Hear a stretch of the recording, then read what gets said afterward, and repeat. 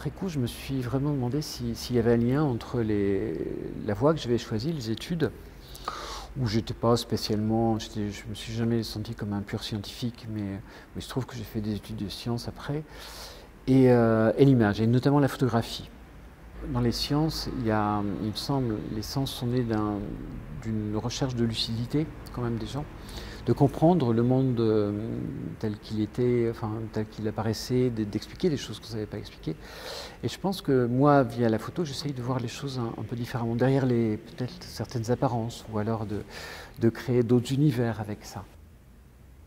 Et après, il y a quelque chose d'un peu subtil, mais assez, pour moi, assez personnel aussi, c'est que ce qui m'intéressait dans les maths, il y avait pour moi clairement une forme de beauté, la purement intellectuelle.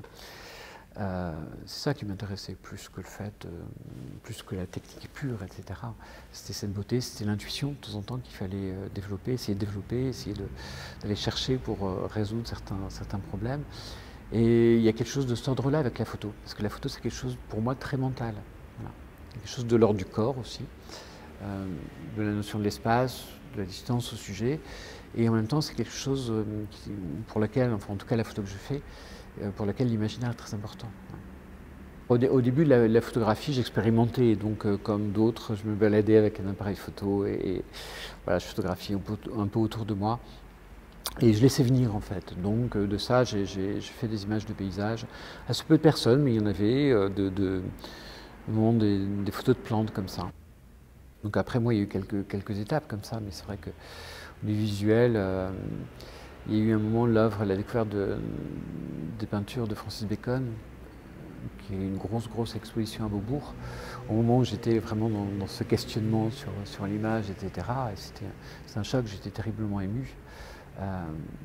Un peu plus tard, je pense qu'il y a une exposition que j'ai vue à Arles d'un photographe qui n'est pas si connu, un photographe japonais qui s'appelle Masaisa Fukase, qui a fait une série très remarquée.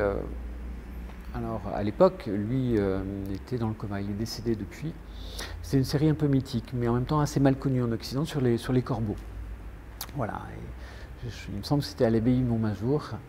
Et en tout cas, je me souviens très bien de cette exposition. On voyait ces corbeaux, il y avait quelque chose d'absolument mystérieux comme ça, et d'autant plus mystérieux que ça s'inscrivait, il me semble, tout à fait dans cette culture japonaise avec cette mort qui est présente. Enfin, voilà. Je trouvais ça magnifique et je me suis dit, tiens, on peut faire ça avec les animaux, on peut faire ça. Et je pense que c'est pas du tout extérieur au fait que quelques années plus tard, sans vraiment le décider consciemment, je me suis mis vraiment à travailler sur l'animal. Mes désirs de photographier des choses sont concentrés sur l'animal lorsque, il y a une dizaine d'années, je suis tombé un peu nez à nez avec des ours polaires comme ça qui nageaient dans un bassin, dans un zoo. Et c'était une vision complètement onirique. Et je pense que moi, la photo m'intéresse beaucoup quand à la fois on représente le sujet tel qu'on l'a vu et en même temps ça emmène complètement ailleurs. Je pense que c'est une de mes spécificités dans la photographie.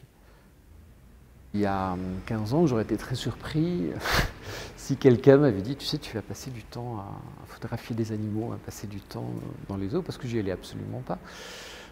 Et j'y vais toujours pas maintenant si c'est pas pour faire des photos. Parce que c'est pas que je déteste ces endroits, pas du tout, je les aime plutôt bien, mais bon, c'est pas des endroits qui suscitent a priori forcément une grande curiosité. En revanche, ce qui m'intéresse là-dessus, dans les zoos, c'est vraiment que ça peut me servir de support pour exprimer cette alliance entre ces décors ici artificiels, l'animal, enfin la nature, l'homme, enfin ce genre de choses. C'est tout à fait la photographie qui m'a amené au zoo et même à l'animal.